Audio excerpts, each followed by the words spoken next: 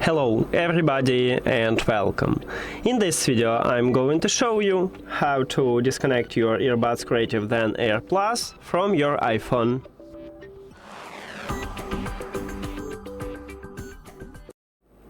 You have to start by open Settings and then go to the Bluetooth. At the device list, click the information icon near to your earbuds. And right here at the third line, we have a button Disconnect.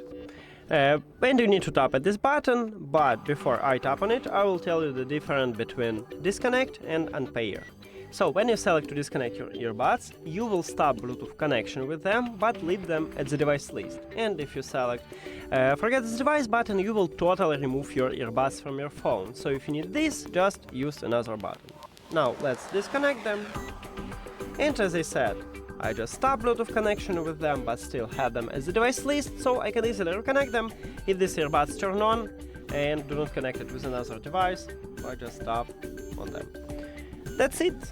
Thank you for watching this video. If you found it helpful, please consider subscribing to the channel and leave the like on the video. See you later.